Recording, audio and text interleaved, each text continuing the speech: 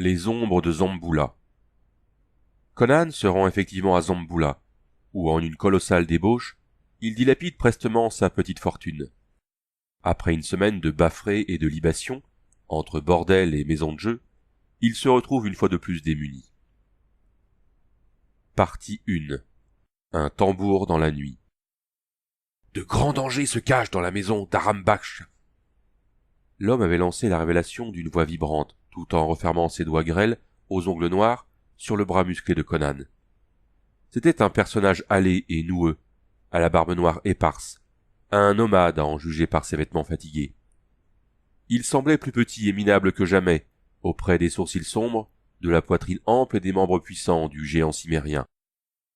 Ils étaient arrêtés dans un coin du bazar des armuriers, et de chaque côté d'eux, s'écoulait le flot bigarré et polyglotte des rues de Zamboula, les plus exotiques, cosmopolites, flamboyantes et brillantes qui se puissent trouver.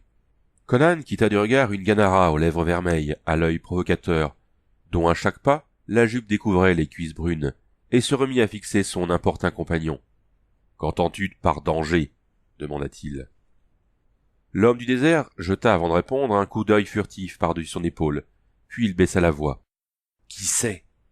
Mais des voyageurs sont allés dormir chez Aram Baksh, et on les a plus jamais revus. Que sont-ils devenus ? Ils jurent qu'ils se sont levés et remis en route, et il est vrai qu'aucun citoyen de la cité n'a jamais disparu de sa maison. Mais personne n'a jamais revu les voyageurs en question, et on dit que des objets et de l'équipement reconnus comme les leurs ont été vendus dans les bazars. Si Aram ne les a pas vendus, après avoir disposé de leurs propriétaires, comment ces objets ont-ils pu échouer là ? Je ne possède rien, grogna le cimérien, en portant la main au fourreau de Galusha de son épée. J'ai même vendu mon cheval. Mais il n'y a pas que des riches étrangers pour disparaître de la maison d'Aram, souffla le Zuagir. Non, non. Bien des pauvres venus du désert sont allés chez lui, parce que ses tarifs sont plus bas que ceux des autres tavernes, et on les a jamais revus. Un jour, un chef de Zuagir, dont le fils avait ainsi disparu, s'est plaint auprès du satrape, Jungir Khan, qui a fait fouiller la maison par ses soldats. « Et ils ont trouvé une cave pleine de cadavres » demanda Conan, par esprit de dérision. « Non, ils n'ont rien trouvé. Ils ont chassé le chef en question de la cité. Par contre... » Il frémit et se rapprocha de Conan. « On a découvert autre chose.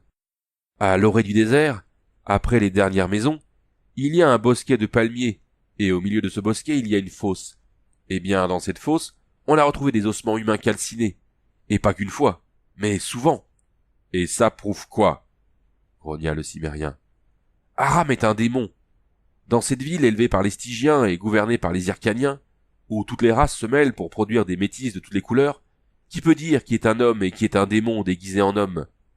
Aram est un démon sous l'apparence d'un homme. À la nuit, il retrouve sa vraie forme pour conduire ses hôtes dans le désert, où ses semblables sont assemblés. Et pourquoi ne s'attaquerait-il qu'aux étrangers ? Interrogea Conan, incrédule. Les habitants de la cité ne toléreraient pas qu'il supprime les leurs, mais peu leur importe les étrangers qui tombent entre ses mains. Tu viens du Ponant, Conan, et tu ne connais pas les mystères de ce vieux pays. Depuis le début des temps, les démons du désert adorent Yog, le seigneur des maisons vides. Ils célèbrent ces mystères par le feu qui dévore des victimes humaines. Prends garde! Tu as dormi de nombreuses lunes sous les tentes des Zuagir, et tu es notre frère. Ne mets jamais les pieds dans la maison d'Aram. Va-t'en, fit subitement Conan. Voici venir une patrouille. S'ils t'aperçoivent, tu pourrais bien te rappeler d'un cheval volé dans les écuries du satrape. Le Zuagir sursauta et se tourna en tous sens. Puis il plongea entre une loge de marchands et un abreuvoir. Prends garde, mon frère! La maison d'Aram est pleine de démons, ajouta-t-il encore, avant de disparaître dans une étroite venelle.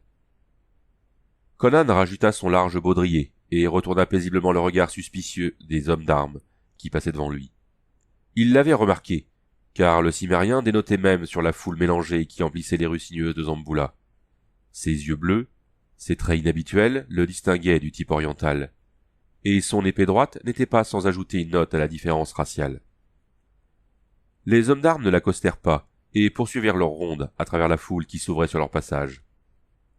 Ces hommes étaient des pélichtim trapus, au nez aquilin, avec une barbe bleu nuit qui descendait jusqu'à la côte de mailles de leur poitrine.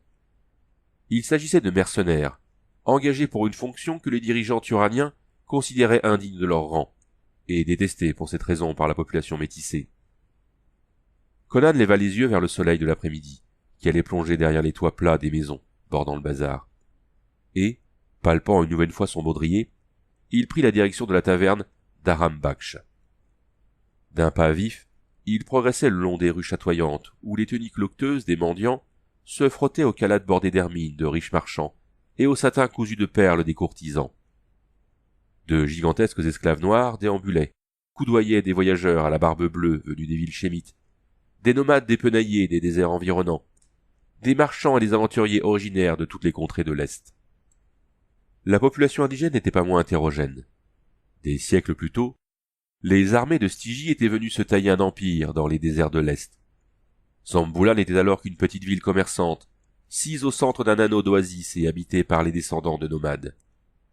Les Stygiens en avaient fait une grande cité, et s'y étaient établis avec leurs esclaves chémites et cushites.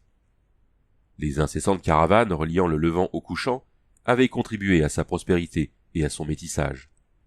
Puis les conquérants turaniens avaient déferlé de l'Est pour repousser les frontières de la Stygie, et depuis maintenant une génération, Zamboula, régi par un satrape turanien, était l'avant-poste occidental de Turan.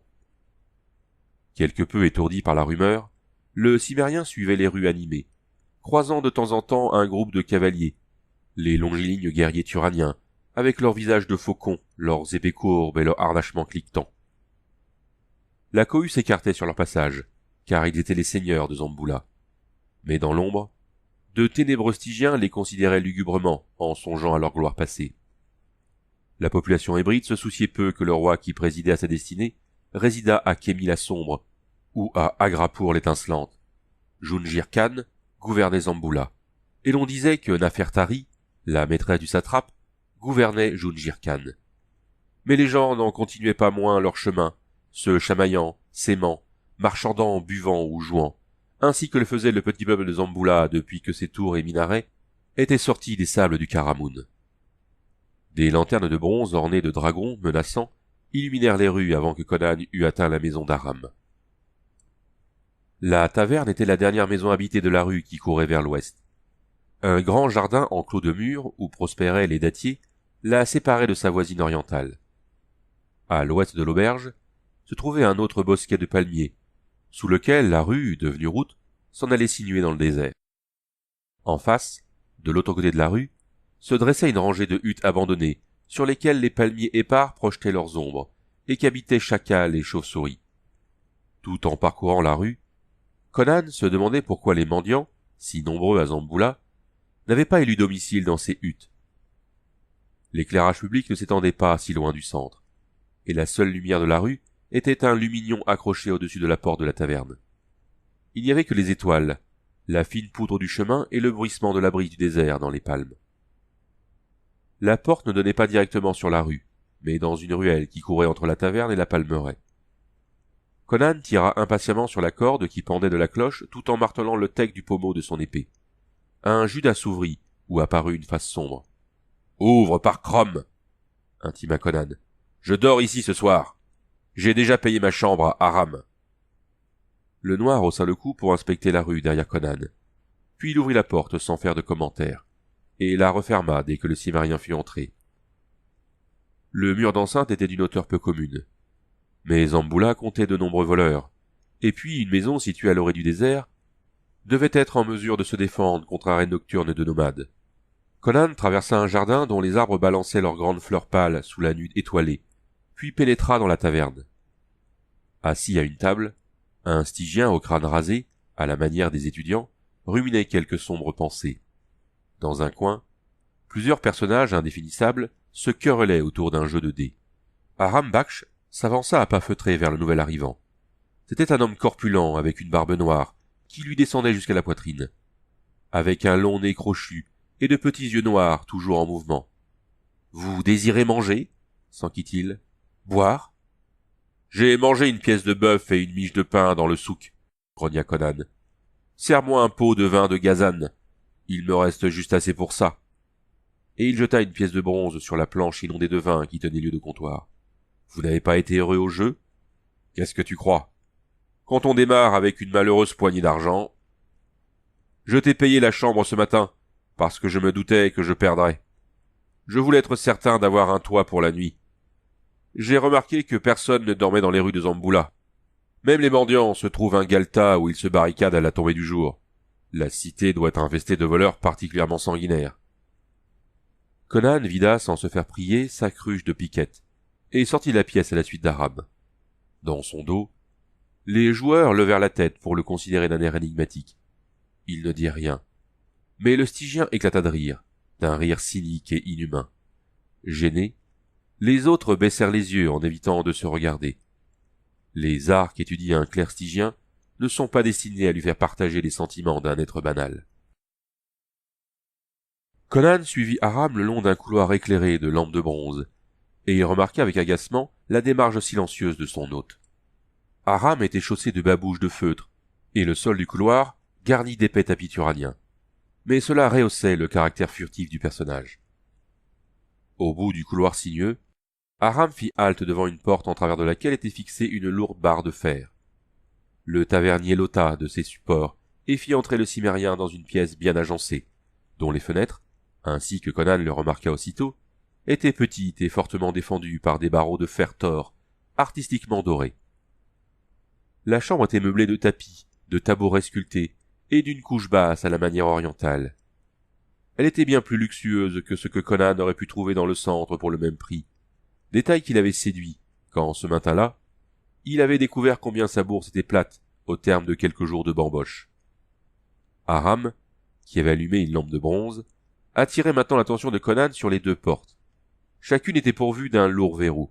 « Vous allez dormir sur vos deux oreilles, Cimmérien, » dit Aram avec un clin d'œil. Conan émit un grognement et jeta son épée nue sur sa couche.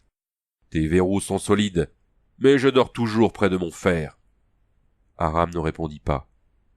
Il resta un moment immobile, tripotant sa barbe épaisse et considérant l'impressionnante lame. Puis il se retira silencieusement et referma la porte derrière lui.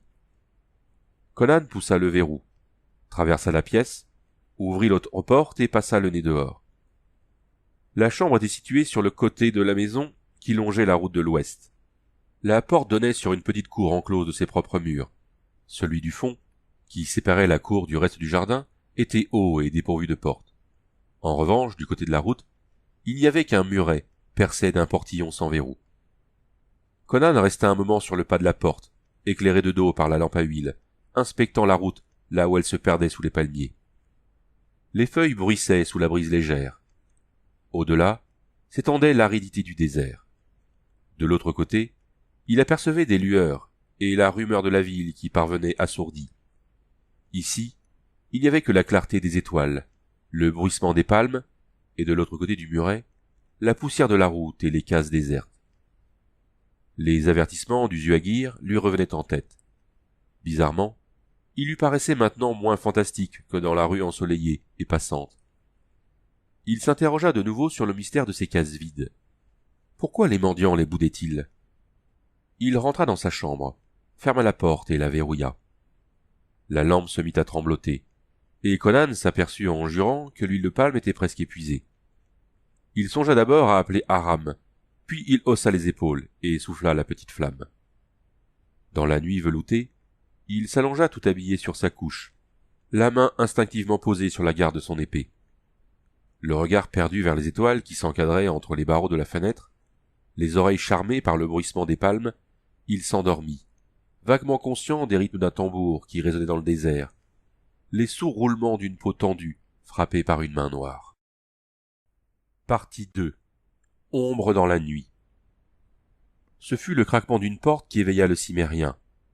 Il ne se réveilla pas comme le font les hommes civilisés, lents, vaseux et abrutis. Non.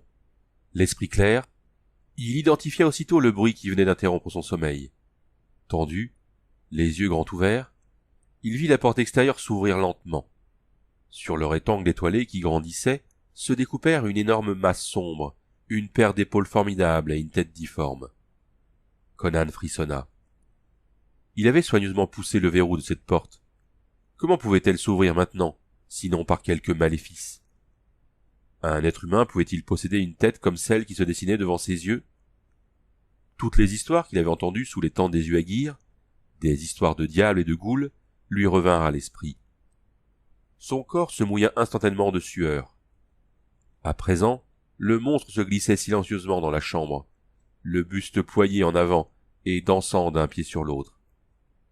Une odeur connue assaillit les narines du cimérien, mais il n'en fut pas rassuré, car les légendes Zuagir représentaient aussi l'odeur des démons.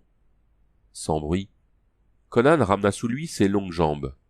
Son épée dans la main droite, il frappa avec la vitesse et la violence du tigre. Pas même un démon n'aurait pu esquiver une attaque aussi fulgurante. Sa lame trancha chair et os, et la chose s'écroula avec une plainte étranglée. Conan s'agenouilla dans l'obscurité, l'épée dégoulinante de sang. Diable, bête ou homme, la créature gisait morte sur le sol. Il sentait la mort à la façon d'un animal sauvage. Par l'entrebâillement de la porte, il inspecta la cour qu'éclairaient les étoiles. Le portillon était ouvert, mais la cour était déserte. Conan referma la porte sans la verrouiller. Tâtonnant dans le noir, il trouva la lampe et la ralluma. Il restait suffisamment d'huile pour 1 ou 2 minutes.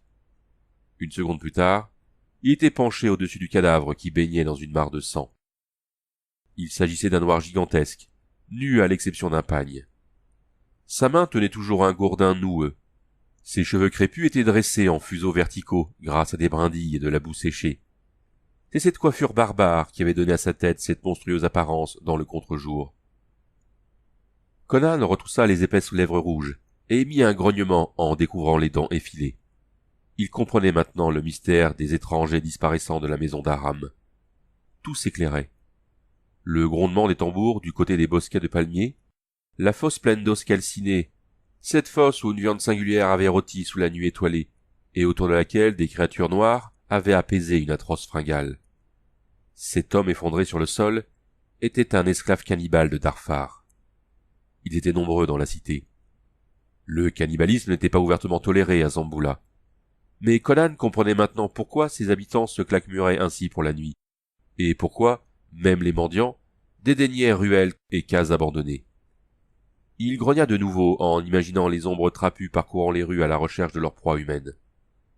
Il se trouvait des hommes comme Aram pour leur ouvrir leurs portes. L'aubergiste n'était pas un démon, il était pire que cela. Les esclaves de Darfar étaient des voleurs notoires. Il ne faisait pas de doute qu'une bonne partie de leur larcin finissait entre les mains d'Aram. En retour, celui-ci leur fournissait de la chair humaine. Conan souffla la lampe, alla ouvrir la porte et passa la main sur les moulures extérieures. L'une d'entre elles était mobile et commandait le verrou. La chambre n'était qu'un piège.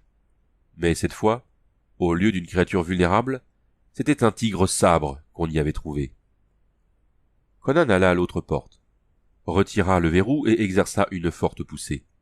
Le panneau était inébranlable, et il se rappela le second verrou dont il était pourvu de l'autre côté. Aram ne prenait de risque ni avec ses victimes, ni avec les hommes qui traitaient avec lui. Le cimérien boucla son baudrier et sortit en refermant la porte derrière lui. Il n'avait nulle intention de laisser traîner le règlement de ses comptes avec Aram Baksh.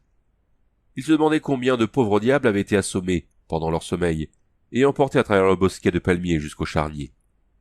Il s'arrêta dans la cour. Le tambour résonnait toujours, et une lueur rouge se devinait dans le lointain. Le cannibalisme était plus qu'un appétit pervers pour les hommes noirs de Darfar. Cela faisait partie intégrante de leur abominable religion.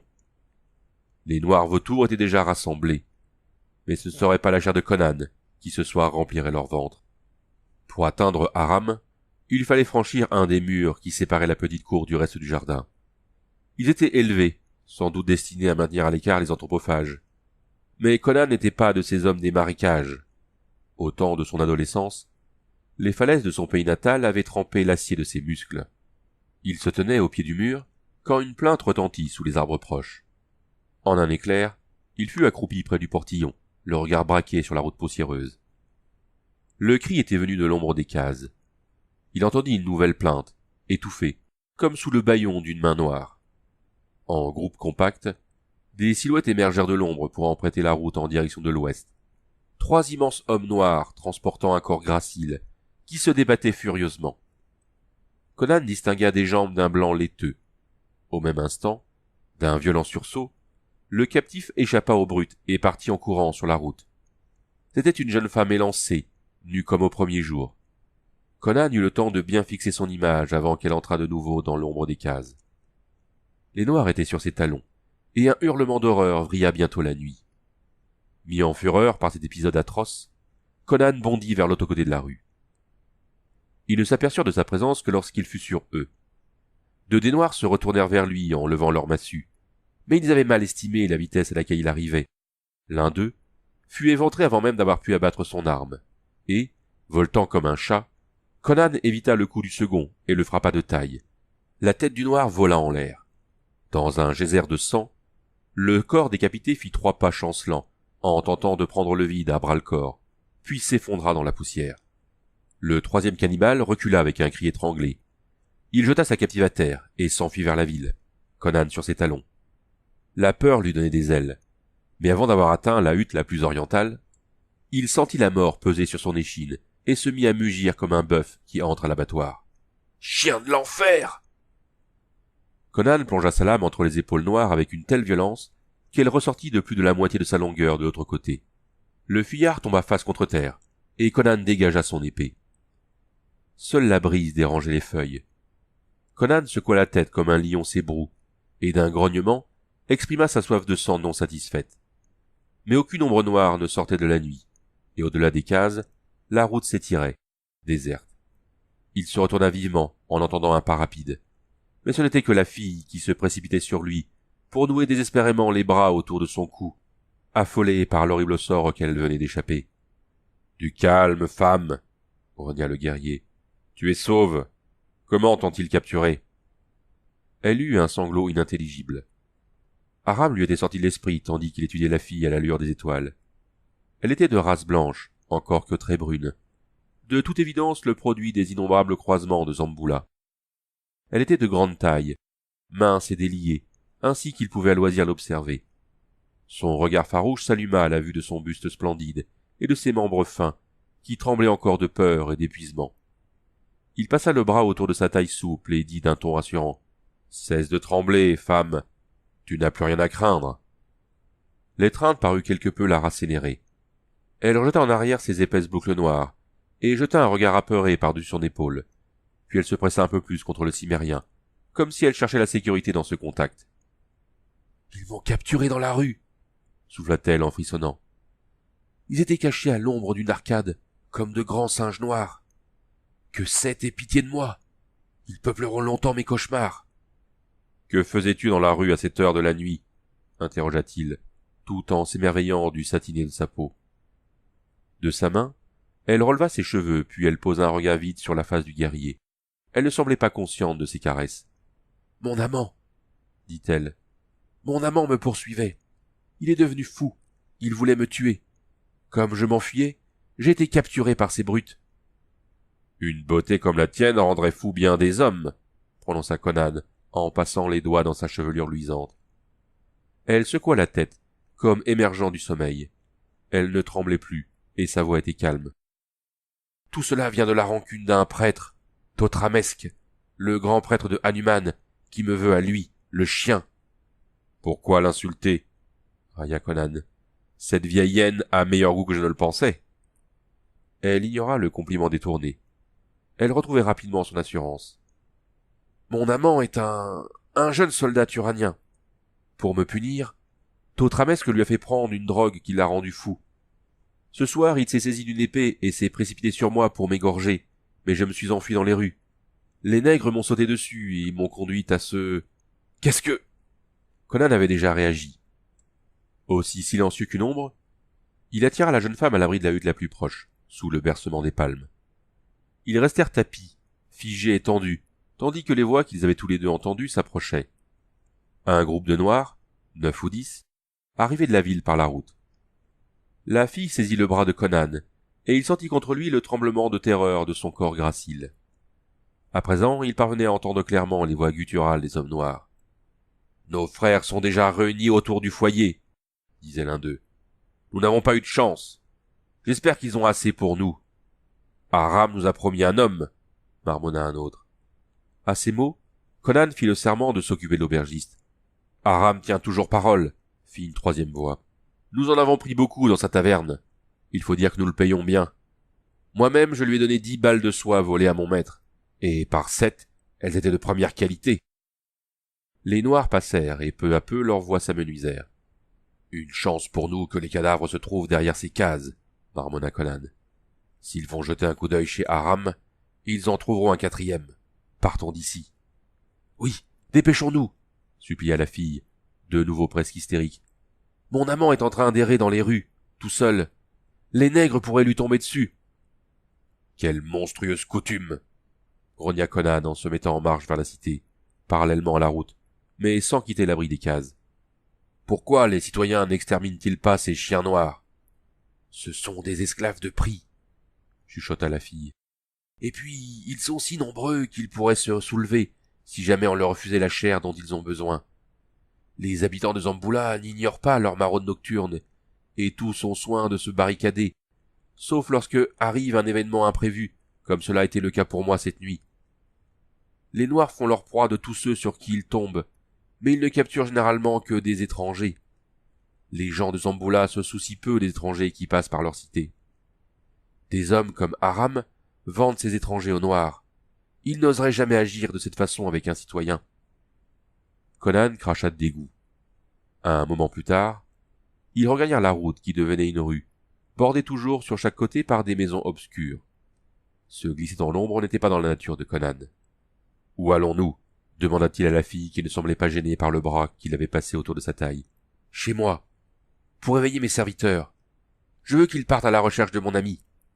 Je ne veux pas que la cité, les prêtres ou quiconque, apprennent qu'il est devenu fou. C'est un jeune officier promis à un bel avenir. Si nous le retrouvons, peut-être pourrons-nous en extirper la folie. Si nous le retrouvons, qu'est-ce qui te fait penser que j'ai intention de parcourir les rues à la recherche d'un cinglé ?» Elle lui jeta un rapide coup d'œil et interpréta avec justesse l'éclat bleu de son regard. N'importe quelle femme aurait su y lire l'assurance qu'il la suivrait où qu'elle aille, au moins pendant quelque temps. Cependant, en femme qu'elle était, elle choisit de n'en rien montrer. « Je t'en prie, » commença-t-elle, d'une voix où affleuraient les sanglots. « Je n'ai personne d'autre que toi pour m'aider. Tu t'es montré secourable. »« Ça va, » grommela-t-il. « D'accord. Comment s'appelle-t-il ?»« Eh bien, Alavdal. Et moi, c'est Zabibi. Je suis danseuse. J'ai souvent dansé pour le satrape, Junjir Khan, et sa maîtresse, Nafertari, et pour tous les seigneurs et les nobles dames de Zamboula. Totramesque me désire, et parce que je me suis refusé à lui, il a fait de moi l'outil innocent de sa vengeance contre Alavdal. Ignorante des profondeurs de sa haine et de sa ruse, j'ai demandé à Totramesque un philtre d'amour. Il m'a remis une drogue à verser dans le vin de mon amant, en me jurant que lorsque Alavdal l'aurait bu, il m'aimerait plus follement que jamais, et accéderait au moindre de mes désirs. J'ai donc secrètement mélangé la potion à son vin, mais sitôt qu'il a bu, Alavdal a complètement perdu l'esprit, et les choses se sont passées comme je te l'ai dit. Maudit soit Totramesque, ce serpent hybride. Ah !» Elle saisit convulsivement le bras de Conan, et tous deux se figèrent. Ils venaient de pénétrer dans un quartier d'échoppes et de boutiques obscures et désertes, car l'heure était tardive. Ils passaient devant l'entrée d'une ruelle où se tenait un homme, immobile et silencieux. Sa tête était baissée, mais Conan put remarquer l'étrange éclat de ses yeux qui les fixaient sans ciller. Il fut parcouru par un frisson, non pas par peur de l'épée que tenait l'inconnu, mais à cause de l'étrangeté inquiétante de sa posture et de son silence. Tout en lui suggérait la folie. Conan écarta la fille et dégaina son épée. « Ne le tue pas !» supplia-t-elle. « Au nom de Seth, ne le tue pas! Tu es fort! Désarme-le !»« On va voir !» grogna-t-il entre ses dents, en refermant son poing gauche. Il s'avança d'un pas prudent vers la ruelle. Avec un horrible rire grinçant, le Turanien chargea. En approchant, il leva son épée, faisant passer toute la puissance de son corps dans son cou. En un déluge d'étincelles bleues, Conan para. L'instant suivant, le démon se retrouva étalé, immobile dans la poussière, assommé par le formidable poing gauche du Cimmérien. La fille s'élança. « Oh, il n'est pas... Conan se baissa prestement, retourna l'homme sur le flanc et le palpa rapidement. « Il n'a pas grand-chose, » grogna-t-il. « Le nez en sang. Mais c'est un signe de bonne santé après un coup de poing. Il ne va pas tarder à revenir à lui, et peut-être aura-t-il retrouvé ses esprits. En attendant, je vais lui lier les poignets avec son baudrier. » Voilà qui est fait. Bon, où veux-tu que je le transporte? Attends! Elle s'agenouilla près de la silhouette inanimée et saisit ses mains entravées pour les inspecter fiévreusement. Puis, secouant la tête comme sous le coup d'une profonde déception, elle se releva. Elle s'approcha de Conan et posa ses mains fines sur l'ample poitrine du guerrier. Ses yeux sombres, tels des onyx, se levèrent vers lui. « Tu es un homme. Aide-moi. Thotramesque doit mourir. Égorge-le pour moi. » « Pour ensuite passer à mon cou une corde turanienne? »« Mais non !» Les bras de la jeune femme mince, mais solide comme un acier souple, nouaient le cou de Conan. Son corps gracile vibrait contre le sien. Les Hyrcaniens ne portent pas Thotramesque dans leur cœur. Les prêtres de Seth le craignent. Ce n'est qu'un bâtard qui sait jouer sur les peurs et les superstitions des hommes. Mon dieu est Seth, et les Turaniens adorent Erlik. Mais Thotramesque, lui, sacrifie au culte de Hanuman le maudit. Les seigneurs turaniens craignent sa magie noire et son pouvoir sur les populations métissées, et ils le haïssent pour cela. Même Jungir Khan et sa favorite, Nafertari, le craignent et le haïssent. S'il était assassiné en pleine nuit dans son temple, personne ne chercherait très activement le coupable. « Que fais-tu de ces pouvoirs magiques ?» grommela le Cimérien. « Tu es un guerrier, dit-elle. Risquer ta vie fait partie de ton métier. En échange de quelque chose. Tu seras récompensé, souffla-t-elle en se hissant sur la pointe des pieds pour plonger son regard dans celui de l'homme. Le contact de ce corps vibrant alluma un brasier dans ses veines. Le parfum de son haleine l'enivrait. Mais, comme il refermait son bras autour de son corps souple, la jeune femme se déroba prestement et dit « Patience, il faut d'abord que tu me serves. »« Quel est ton prix ?» articula-t-il péniblement. « Prends mon amant sur ton dos, » ordonna-t-elle. Le Cimérien se baissa et fit passer sans peine le corps du jeune homme sur son échine robuste. À cette minute, il lui semblait qu'il eût pu tout aussi facilement renverser d'un coup d'épaule le palais de Jungir Khan. La fille murmura quelques mots tendres à l'oreille de l'homme inconscient, et il n'y avait nulle hypocrisie dans son attitude. Quel qu'il fût, l'arrangement qu'elle contractait avec Conan n'aurait aucune incidence sur sa relation avec Alavdal. Dans ce domaine, les femmes se montrent plus positives que les hommes. « Suis-moi !» Elle partit d'un pas rapide, et Conan, nullement gêné par son fardeau, la suivit. Il gardait un œil méfiant sur les zones d'ombre des arcades, mais ne vit rien de suspect. Les hommes du Darfar étaient sans doute rassemblés autour de leur feu. La fille prit une rue étroite et s'arrêta bientôt pour frapper à une porte cintrée. Presque instantanément, un Judas s'ouvrit dans le panneau supérieur, et une face noire apparut. La fille s'approcha pour chuchoter quelques mots. Aussitôt, les peines grincèrent et la porte s'ouvrit. Un géant noir s'encadra dans la douce lueur d'une lampe à huile. En un coup d'œil, Conan comprit qu'il n'était pas originaire du Darfar. Ses dents n'étaient pas aiguisées, et ses cheveux crépus étaient coupés très courts. Il était natif du Wadaï. Sur un mot de Zabibi, Conan déposa le corps inerte dans les bras du noir, qui alla l'allonger sur un divan de velours. Le jeune officier ne paraissait pas encore sur le point de se réveiller. Le coup qu'il avait reçu aurait pu assommer un bœuf. Zabibi resta un moment penchée au-dessus de lui, en se tordant nerveusement les doigts. Puis elle se redressa et fit signe au Cimérien. La porte fut refermée sans bruit. Les verrous cliquetèrent dans leur dos, et le Judas sectionna la dernière lueur de la lampe. Dans la rue abandonnée à l'éclat des étoiles, Zabibi prit la main de Conan. La sienne trembla un peu. « Tu ne vas pas me trahir ?» Il secoua sa tête massive. « Alors suis-moi jusqu'au temple de Hanuman, et puissent les dieux avoir pitié de nos âmes. » Ils progressaient comme des fantômes le long des rues silencieuses. Ils allaient en silence. Peut-être la fille songeait-elle à son bien-aimé, qui gisait inerte sous les lampes de bronze, ou peut-être était-elle tenaillée par la peur de ce qui les attendait dans l'antre démoniaque de Hanuman. Le barbare, lui, ne pensait qu'à la femme qui marchait à ses côtés. Le parfum de sa chevelure faisait le siège de ses narines. Son aura de sensualité avait investi son esprit, y interdisant toute autre pensée. Tout à coup, ils perçurent le cliquetis de pieds chaussés d'airain, et se réfugièrent dans l'ombre d'une arcade. Une patrouille de vigiles Pélishti défila devant eux. Ils étaient 15, et marchaient en formation serrée, la pique à la main. Ceux du dernier rang portaient leurs larges boucliers de bronze sur le dos, afin de se protéger d'une éventuelle attaque par derrière. Même ces hommes d'armes se méfiaient de la menace sournoise des cannibales.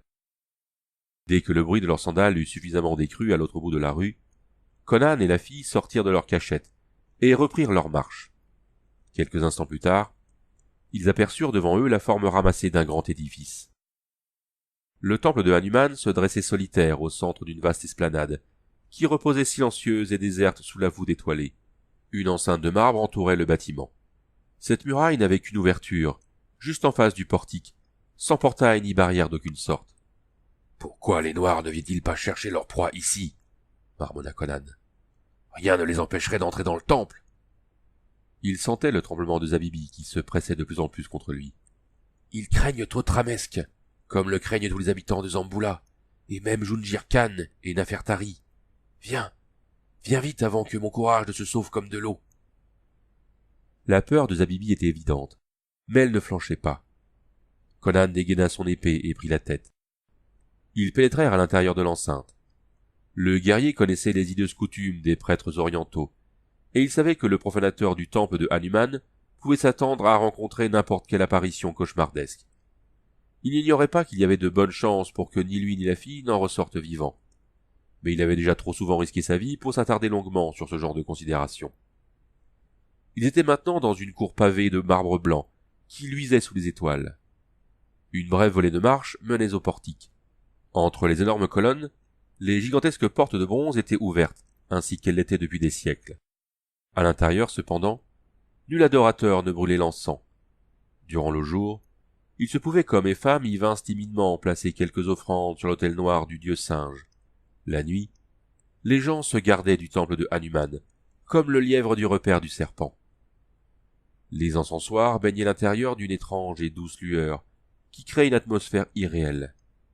Contre le mur du fond, derrière l'autel de pierre noire, trônait le dieu, le regard fixé pour l'éternité sur l'entrée, où pendant des siècles, ses victimes lui étaient apparues, entravées par des guirlandes de roses.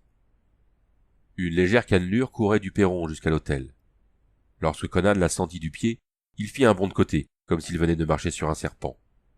Ce sillon avait été creusé par les pieds traînants de la multitude qui était venue mourir en hurlant sur le sinistre autel. Dans cette lumière incertaine, Hanuman n'était pas accroupi à la façon d'un singe, mais assis jambes croisées, comme un homme, ce qui ne le rendait pas moins simiesque pour autant.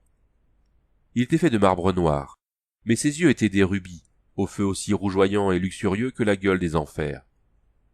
Ses grandes mains reposaient sur ses genoux, paumes vers le ciel, et ses doigts griffus semblaient sur le point de se refermer. Dans l'outrance grossière de ses attributs, dans son regard de satyre, était réfléchi l'abominable cynisme du culte dégénéré qui en faisait une divinité. La fille contourna l'idole pour aller au mur du fond. Au passage, elle toucha de la hanche le genou de marbre. Elle fit un bond de côté et frissonna violemment, comme frôlée par quelque reptile. Un espace de plusieurs pas séparait l'échine de l'idole du mur de marbre où courait une frise de feuilles d'or. Flanquant le dieu singe de chaque côté, une porte d'ivoire interrompait le mur. Chacune de ces portes donne sur le bout d'un même couloir en forme d'épingle à cheveux, expliqua précipitamment Zabibi. Je suis déjà allé une seule fois. À ce souvenir terrifiant et obscène, ses épaules tressaillirent. Ce couloir est courbe comme un fer à cheval, et chacune de ses extrémités aboutit ici. Les appartements de Thotramesque se trouvent à l'intérieur de la courbe, et donnent dans le couloir. Mais ce mur-ci recèle une porte secrète qui ouvre directement chez lui. Elle se mit à promener les mains sur la surface lisse où n'apparaissait nul joint. Conan se tenait à côté d'elle, surveillant les alentours, l'épée à la main. Le silence, la solitude du temple, et son imagination qui se donnait libre cours quant à ce qu'ils allaient trouver au-delà de ce mur, faisaient qu'il se sentait comme une bête sauvage qui vient de renifler un piège. « Ah !» s'écria la fille, qui venait enfin de trouver le ressort caché. Une trappe carrée s'ouvrit dans le mur. Et Zabibi poussa un hurlement de terreur. Tout en courant à elle, Conan vit une grande main difforme la saisir par les cheveux et la tirer à travers le trou béant. Il survint un temps pour la retenir, mais la jambe nue de Zabibi glissa entre ses doigts. L'instant d'après, elle avait disparu et le mur était redevenu aussi lisse qu'avant. Depuis l'autre côté, lui parvinrent les bruits assourdis d'une lutte, quelques cris, puis un rire horrible qui glaça le sang du guerrier. Partie 3. L'étrangleur de Kosala. Avec un juron, le cimérien appliqua sur le mur un formidable coup du pommeau de son épée, faisant voler de petits éclats de marbre. Mais la porte secrète, sans doute verrouillée de l'autre côté, ne s'ouvrit pas. Conan se précipita alors vers l'une des portes d'ivoire. Il leva son épée pour fracasser le panneau, mais se ressaisissant, il tenta d'abord de l'ouvrir de la main gauche. La porte n'opposa aucune résistance. Il découvrit un long couloir incurvé que des encensoirs semblables à ceux du temple éclairaient parcimonieusement d'une lueur étrange. Un fort verrou d'or massif était monté sur le côté intérieur de la porte. Conan le toucha légèrement du bout de ses doigts. L'infime tiédeur du métal ne pouvait être détectée que par un homme aux facultés pareilles à celles d'un loup. On avait touché, et donc retiré, ce verrou quelques secondes plus tôt. L'affaire prenait de plus en plus l'aspect d'un guet-apens. Il aurait dû se douter que Thotramesque ne pouvait être dupe de l'arrivée d'intrus dans son temple. S'engager dans le couloir serait certainement faire un pas de plus dans le piège que lui avait dressé le prêtre, mais il n'hésita pas une seconde. Quelque part entre ces murs enténébrés, Zabibi était prisonnière, et d'après ce qu'il savait des prêtres de Hanuman, Conan ne doutait pas qu'elle eût grand besoin d'aide. Il s'engagea donc dans le couloir, progressant comme une panthère, prêt à frapper à gauche comme à droite. À main gauche se succédaient des portes cintrées en ivoire, qu'il essayait tour à tour d'ouvrir. Tout était verrouillé. Il avait fait environ 25 pas lorsque le couloir s'incurva violemment vers la gauche, concordant ainsi avec la description qu'en avait fait Zabibi. À l'intérieur de la courbe, une porte s'ouvrit sous la main de Conan. Il découvrit une vaste pièce carrée, un peu mieux éclairée que le couloir. Les murs étaient de marbre blanc, le sol d'ivoire, et le plafond d'argent frété. L'endroit était meublé de plusieurs divans de riche satin, de tabourets d'ivoire rehaussés d'or, et d'une table ronde faite d'une matière dense et d'aspect métallique. Sur l'un des divans, un homme se vautrait, les yeux tournés vers la porte. Il éclata de rire en rencontrant le regard surpris de Conan. L'inconnu était nu, à l'exception d'un linge qui lui saignait les reins, et de sandales dont les lanières lui en serraient les mollets. Il avait la peau brune, le cheveu noir, très court, et les yeux sombres et perpétuellement en mouvement.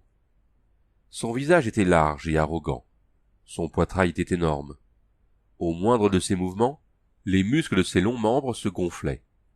L'assurance de posséder une force physique titanesque transparaissait dans tous ses gestes. « Pourquoi n'entres-tu pas, barbare » lança-t-il d'un ton railleur, en s'accompagnant d'un geste d'invitation exagéré. Une lueur sinistre passa dans les yeux de Conan, mais il pénétra dans la pièce, l'épée prête à frapper. « Par Seth, qui es-tu » grogna-t-il. « Je m'appelle Baal-Ptéor, » répondit l'homme.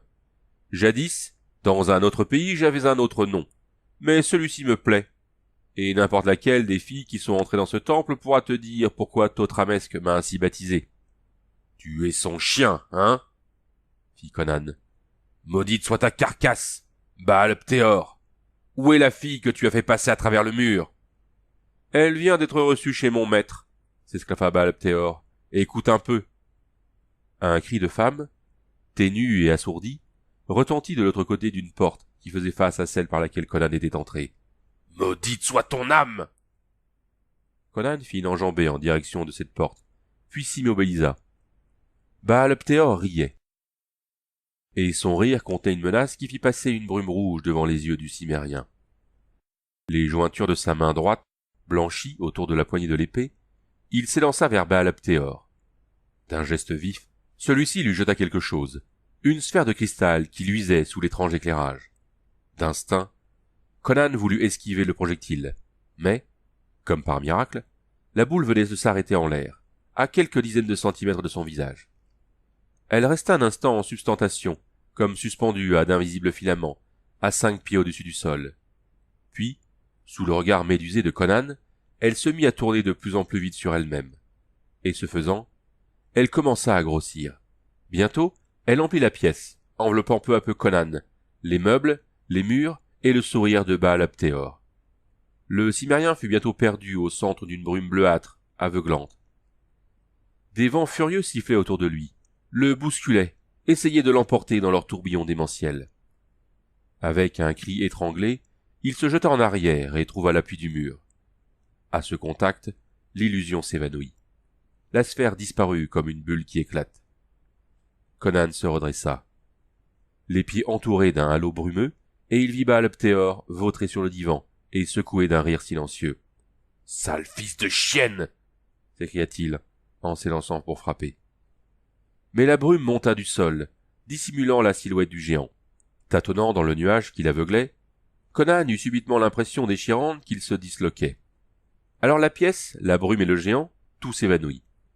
Il se retrouva tout seul, planté au milieu des roseaux d'un marécage, et un buffle lui fonçait dessus, tête baissée. D'un bond, il s'écarta des cornes acérées et plongea sa lame derrière la patte du monstre, à travers côte et cœur. Puis ce ne fut pas le buffle qui agonisait là, dans la boue, mais Baal-Pthéor. Avec un juron, Conan lui trancha la tête. Alors cette tête s'éleva dans les airs et vint planter des crocs de fauve dans sa gorge. Malgré sa formidable vigueur, il ne pouvait s'en défaire et commençait à étouffer. Alors l'espace environnant fut ébranlé par un rugissement suivi d'un choc incommensurable. Et Conan se retrouva dans la chambre avec Baal-Pthéor, dont la tête était solidement rivée à ses deux épaules, et qui riait toujours, silencieusement, sur le divan. « Une hallucination !» souffla Conan. Ce chien se jouait de lui comme d'une souris. Mais ces illusions de brume et d'ombre ne pouvaient lui faire de mal. Il lui suffisait de bondir et de frapper, et Baal-Pthéor ne serait plus qu'un cadavre désarticulé, ainsi qu'une blatte que l'on écrase du talon. Cette fois, il ne se laisserait pas abuser par des fantômes. Il se trompait.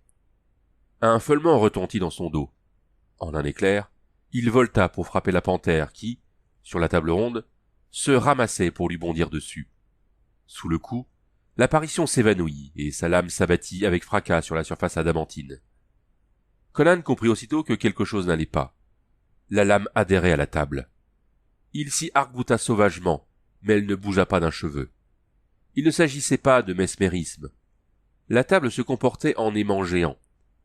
Il agrippa la poignée de son arme à deux mains, quand une voix retentit près de son épaule. Se retournant, il vit que l'autre avait enfin quitté son divan. Légèrement plus grand que Conan, et beaucoup plus lourd, Baal-Pthéor se dressait devant lui, image saisissante de développement musculaire.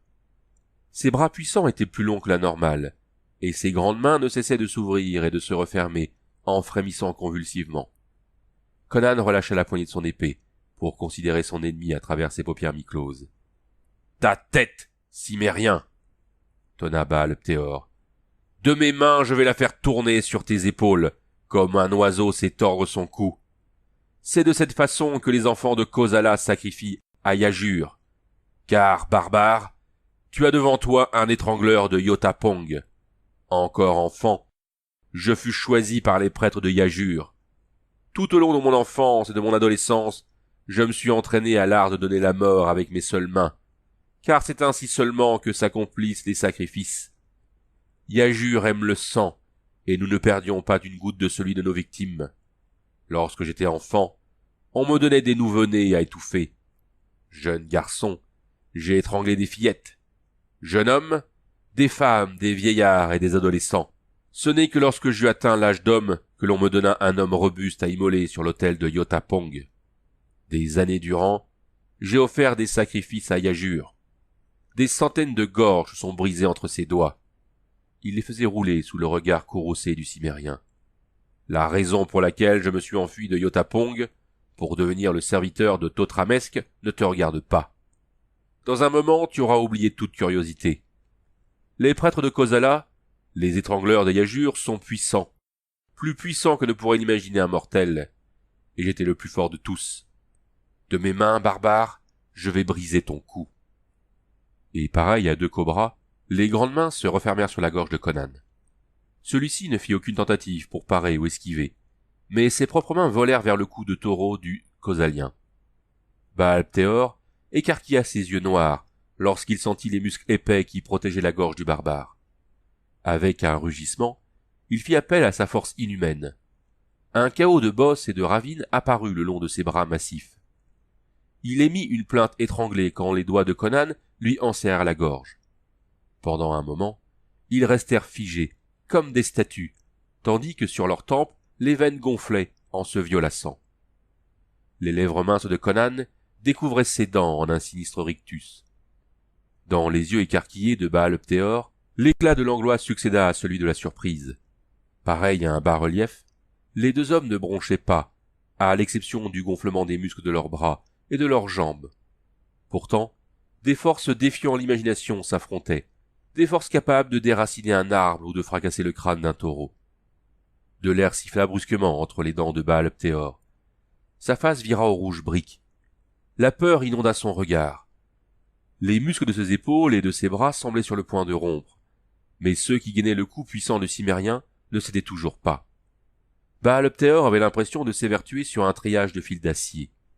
En revanche, sa propre chair ne résistait plus aux doigts d'airain de Conan, qui s'enfonçaient de plus en plus entre les muscles pour comprimer trachées et veines jugulaires.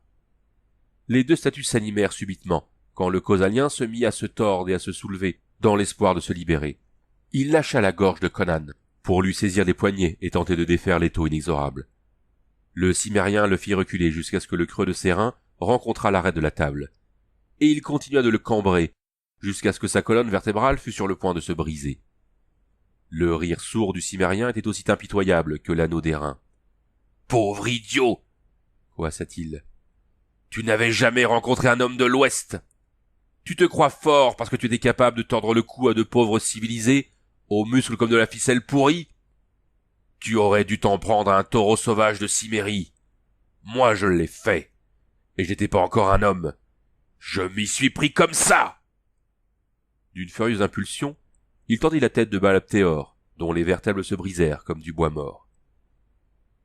Il laissa tomber à terre le cadavre pesant, alla prendre à deux mains la poignée de son épée et prit solidement son appui. Du sang s'écoulait des blessures que lui avaient faites au cou les ongles de Baal-Ptéor. Ses cheveux étaient mouillés et la sueur ruisselait sur son visage. Sa poitrine se soulevait douloureusement. En dépit du mépris qu'il avait affiché à l'égard de la force de Baal-Ptéor, il s'en était fallu de peu que celui-ci ne l'emporte. Sans attendre un temps pour reprendre son souffle, en une furieuse secousse, il sépara son épée de l'aimant qui la retenait. Un instant plus tard, il avait poussé la porte d'où lui était parvenu le cri. Un long couloir rectiligne lui apparut, bordé de portes d'ivoire. Son autre extrémité était masquée par un lourd rideau de velours, derrière lesquels s'élevaient les accents infernaux d'une musique comme Conan n'en avait jamais entendu, pas même dans ses cauchemars. Elle fit se dresser ses cheveux. S'y mêlaient les halètements et les sanglots hystériques d'une femme. L'épée bien en main, il se glissa dans le couloir. Partie 4. La danse des cobras. Lorsque Zabibi s'était senti happé à travers l'ouverture du mur, sa première pensée fut que son heure était venue. Instinctivement, elle avait fermé les yeux dans l'attente du coup fatal. Au lieu de cela, elle fut jetée sans ménagement sur le marbre lisse du sol qui lui meurtrit hanches et genoux. Elle ouvrit alors les yeux et promena alentour un regard affolé. Au même instant, un coup assourdi retentissait de l'autre côté du mur. Elle vit au-dessus d'elle un colosse à la peau brune, vêtu d'un linge autour des reins, et à l'autre bout de la pièce où elle venait d'atterrir, un homme assis sur un divan, tournant le dos à une lourde tenture de velours. Ce personnage était gros et gras, avec des mains blanches et potelées, des yeux vipérins. Elle eut la chair de poule, car cet homme était Thotramesque, prêtre de Hanuman, qui depuis des années tissait et tendait les rêtes de son pouvoir au-dessus de la cité de Zamboula. Le barbare cherche à s'ouvrir un passage à travers le mur, fit Thotramesque, d'un ton railleur, mais les verrous vont tenir bon. Se retournant, la jeune femme vit qu'un pesant verrou d'or condamnait la porte secrète, qui était parfaitement visible de ce côté-ci. Ce dispositif aurait résisté à la charge d'un éléphant. « Va lui ouvrir l'une des portes, Baal-Ptéor, » ordonna Thotramesque, « et tue-le dans la chambre carrée, au bout du couloir. » Le causalien s'inclina et s'enfuit par une porte latérale. Zabibi se releva en regardant le prêtre avec angoisse. Celui-ci promenait un regard avide sur la magnifique silhouette de la fille. Ce n'est pas l'œillade insistante qui émut la danseuse de Zamboula, habituée à être nue, mais le cruel regard du prêtre qui la fit trembler de tous ses membres. « Eh bien, beauté, te voici revenue dans ma retraite, » dit-il hypocritement. « C'est un honneur inattendu. Tu avais paru prendre si peu de plaisir à la précédente visite que je n'osais espérer que tu reviendrais. J'ai toutefois fait tout ce qui est en mon pouvoir pour te faire vivre une expérience intéressante. » Une danseuse de Zamboula ne saurait rougir de confusion, mais le feu de la colère vint se mêler à la peur qui dilatait les yeux de Zabibi. « Gros porc! Tu sais que je ne suis pas venu ici par amour pour toi. Non, bien sûr, s'exclama Thotramesque. Comme une insensée que tu es, tu as amené un barbare stupide pour me trancher la gorge en pleine nuit. Pourquoi en veux-tu à ma vie? Tu le sais bien, s'écria-t-elle, sachant combien il eût été inutile de tenter de cacher ses sentiments. Tu songes à ton amant, n'est-ce pas? Fit l'autre en riant.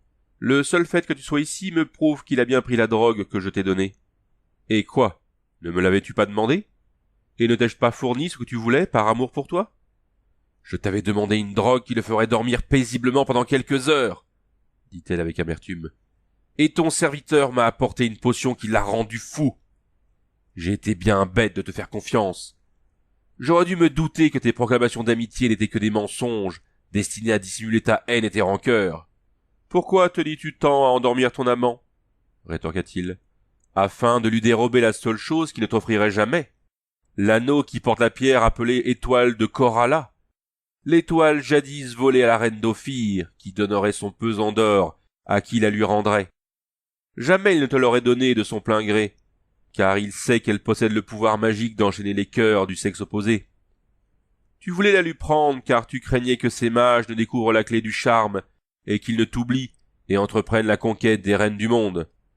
Tu l'aurais revendue à la reine d'Ophir, qui n'ignore rien de son pouvoir, et qui s'en serait servie pour me réduire en esclavage, ainsi qu'elle le fit jadis, avant qu'on ne lui vole sa bague. Et toi, pourquoi la voulais-tu? Demanda Zabibi, d'un ton maussade. Je sais ses pouvoirs. Elle accroîtrait la puissance de mon art. Eh bien, elle est en ta possession maintenant. Moi? J'ai l'étoile de Coralla? Non, tu te trompes. Pourquoi prends-tu la peine de me mentir? Fit-elle amèrement. Mon amant l'a portée au doigt quand il m'a poursuivi dans les rues. Il ne l'avait plus quand je l'ai retrouvée quelques heures plus tard. Ton serviteur devait guetter la maison. Il la lui aura volée après que je lui ai échappé. Au diable cette maudite bague! Je veux mon amant entier et sain d'esprit. Tu as la bague. Tu nous as punis tous les deux. Pourquoi ne lui rends-tu pas la raison? Le peux-tu seulement? Je le pourrais, lui assura-t-il, en se délectant de sa détresse. Il sortit un flacon de sa robe. Ceci est le jus du lotus d'or. Il suffirait que ton bien-aimé en boive pour retrouver toute sa tête. Oui, je vais me montrer magnanime. Vous vous êtes bien souvent mis en travers de mes projets. Il s'est constamment opposé à mes souhaits. Mais je vais faire preuve de générosité. Viens prendre ce flacon. Elle considéra Thotramesque, brûlant d'envie de saisir la fiole, mais craignant que ce ne fût là quelque cruelle perfidie. Enfin, elle s'avança timidement, la main tendue, mais il éclata d'un rire sardonique et escamota le flacon. Comme ses lèvres s'ouvraient pour proférer quelque insulte, un instinct la fit lever les yeux. Du plafond gaufré tombaient 4 récipients en couleur de jade. Elle fit un bond de côté un peu tardif, mais ils ne la touchèrent pas, et se fracassèrent autour d'elle, formant les 4 coins d'un carré. Et elle se mit à hurler, et hurler encore. Car sur chaque emplacement, au milieu des éclats de jade, se dressait la tête oblongue d'un cobra. L'un d'eux se détendit vers sa jambe nue. Le mouvement convulsif qu'elle fit pour lui échapper la porta à proximité d'un autre serpent, et une nouvelle fois, elle dut bondir pour éviter la détente d'une gueule hideuse. Elle se trouvait prise à l'intérieur d'un piège effroyable. Les 4 reptiles se détendaient vers son pied, sa cheville, son mollet, son genou, sa cuisse ou sa hanche, selon la partie de son corps voluptueux qui leur était la plus proche. Et il était impossible de sortir du piège, en passant entre eux ou en sautant par-dessus. Elle ne pouvait que virevolter, sauter, se tordre pour esquiver leurs attaques, et à chaque fois qu'elle évitait un serpent, son mouvement la rapprochait d'un autre, si bien qu'elle devait sans cesse se mouvoir à la vitesse de la lumière. Seule une danseuse de Zamboula pouvait survivre à ce monstrueux piège. Elle n'était plus qu'un brouillard tant ses mouvements étaient vifs. Les crocs venimeux la manquaient de l'épaisseur d'un cheveu, mais ils ne l'atteignaient pas. Ses pieds légers, ses membres alertes et ses yeux exercés se mesuraient à la fulgurante détente des monstres que son ennemi avait suscités du néant. Quelque part, se mêlant au sifflement des serpents, une musique lancinante s'éleva. On eût dit une brise nocturne et maléfique s'engouffrant en sifflant dans les orbites creuses d'un crâne. La jeune femme réalisa que les cobras frappaient désormais selon le rythme de la sinistre mélopée. Elle dut, elle aussi, calquer ses mouvements, naguère désordonnés, sur la musique. Comparée à cette monstrueuse chorégraphie, la plus obscène tarentelle de Zamora eût semblé d'une décence pleine de retenue. Malade de honte et de terreur, Zabibi entendait l'atroce gaieté de son tourmenteur. « Que te dit la danse des cobras, ma belle » s'esclaffait Thotramesque. « Il y a des siècles, les vierges dansaient ainsi lors des sacrifices à Hanuman, mais jamais avec une grâce pareille à la tienne. Danse, ma fille, danse. Combien de temps seras-tu échappé au croc venimeux? Quelques minutes? Quelques heures? Tu vas perdre tes forces. Tes pieds vifs et sûrs vont finir par trébucher, tes jambes vont s'amollir et tes hanches ralentir. Alors les crocs plongeront dans ta chair ivoirine. » Dans le dos de Thotramesque, la tenture fut agitée comme un courant d'air, et le mage poussa un cri. Ses yeux s'agrandirent, et ses mains se refermèrent convulsivement sur la longueur de métal brillant qui jaillit brusquement de sa poitrine. La musique se tut. La fille virevoltait toujours, secouée d'incoercibles sanglots à l'idée de ce qui l'attendait. Alors, tout à coup, comme Thotramesque tombait de son divan, il n'y eut plus autour d'elle que 4 inoffensives traînées de fumée bleue. Conan apparut, essuyant sa lame dans le rideau. Par un espace entre mur et tenture, il avait vu la jeune femme se contorsionner entre 4 spirales de fumée, mais il avait compris qu'elle les voyait tout autrement, et il avait tué Thotramesque. Zabibi se laissa glisser au sol, hors d'haleine. Puis, comme Conan venait à elle, elle parvint à se relever sur ses jambes, tremblante d'épuisement. « Le flacon » haleta-t-elle. « Le flacon » Thotramesque l'avait toujours à la main. Elle l'arracha aux doigts raidis, puis se mit à fouiller frénétiquement les vêtements du mage. « Mais que cherches-tu donc » interrogea Conan. « Une bague. Il l'a volée à Lavdal, sans doute quand mon bien-aimé errait dans les rues. Par les diables de Seth !» Elle venait de s'assurer que le bijou ne se trouvait pas sur la personne de Thotramesque. Elle se mit à aller et venir dans la pièce, arrachant les tentures, les couvertures du divan, renversant les potiches et les vases. Enfin, elle s'immobilisa pour écarter de ses yeux une mèche de cheveux poissés de sueur. « J'oubliais Baal Ptéor !»« Il est parti pour les enfers avec la nuque brisée, » dit Conan. Elle exprima la satisfaction que lui procurait la nouvelle. Puis, un instant plus tard, poussa un juron sonore. « Nous ne pouvons rester ici. Le jour se lève bientôt. Si jamais on nous trouve ici, près du cadavre, nous serons mis en pièces, et les Turaniens ne pourront rien faire pour nous. » Elle alla déverrouiller la porte secrète. Quelques instants plus tard, il s'éloigna en hâte de la place silencieuse où se dressait l'antique temple de Hanuman.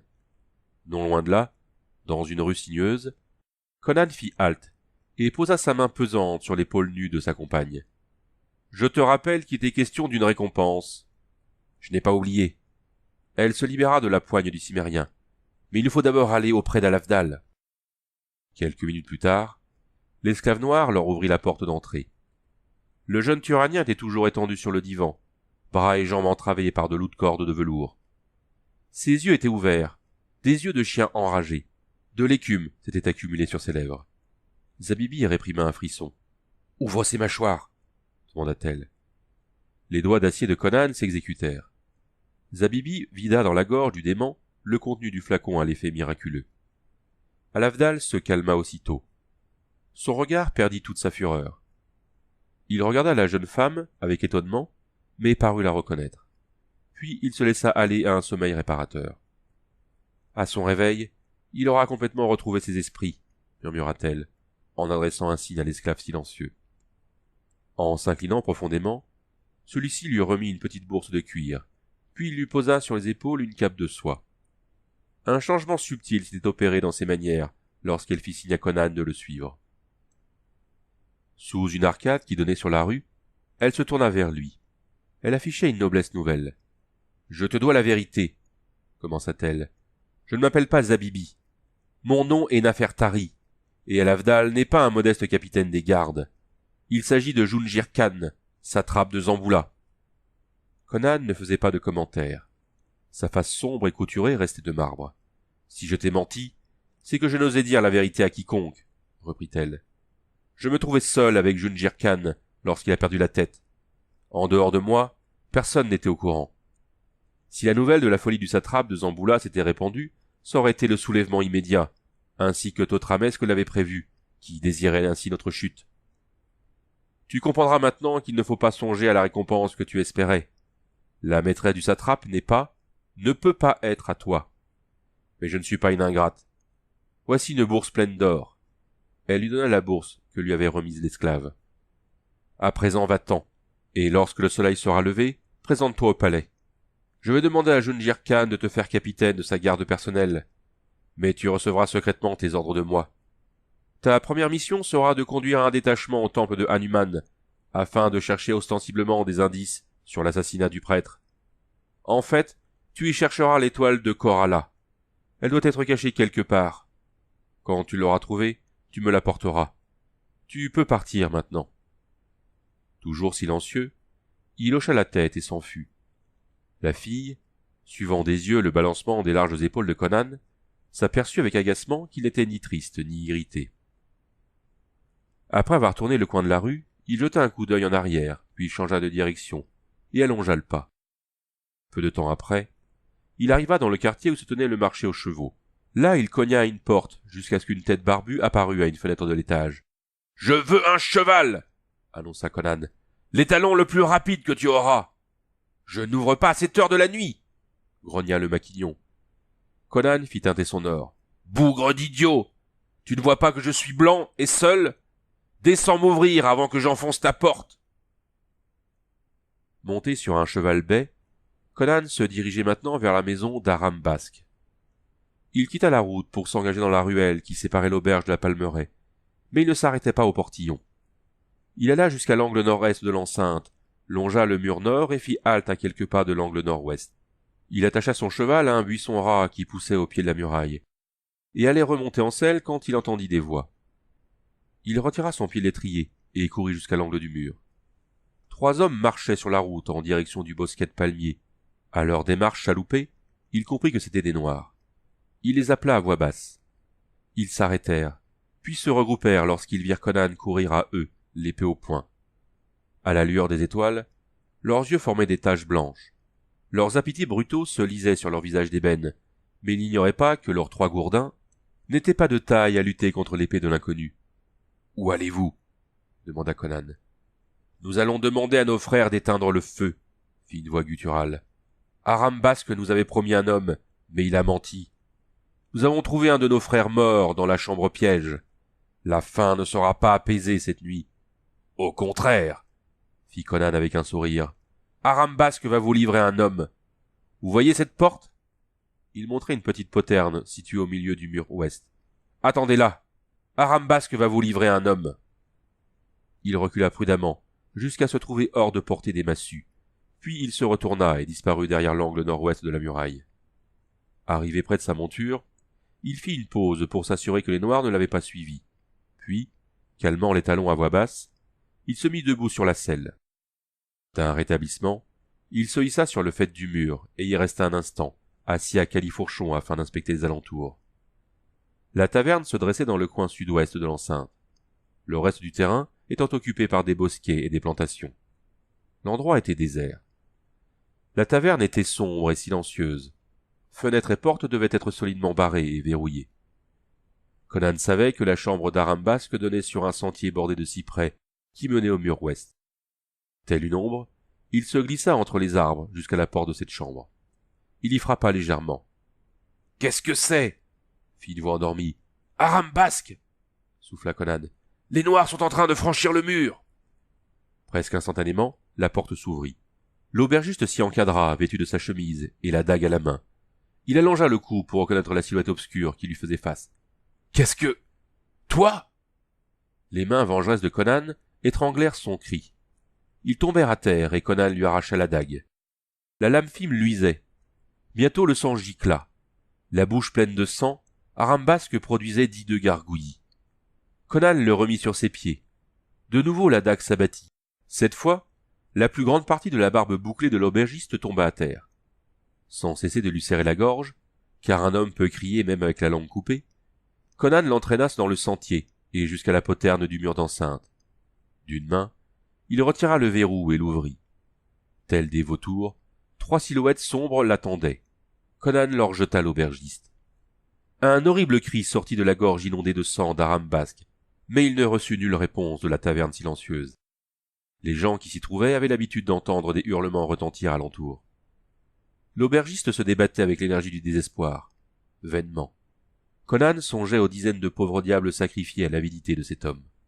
Les Noirs le traînèrent allègrement sur la route, en riant des sons inarticulés qu'il émettait. Comment aurait-il pu reconnaître Arambasque en ce personnage à demi nu et ensanglanté, avec sa barbe grotesque et ses borborigmes? Le bruit de la lutte sans espoir parvenait encore à Conan, debout près de la poterne, après que le petit groupe eut disparu sous le bosquet de palmiers.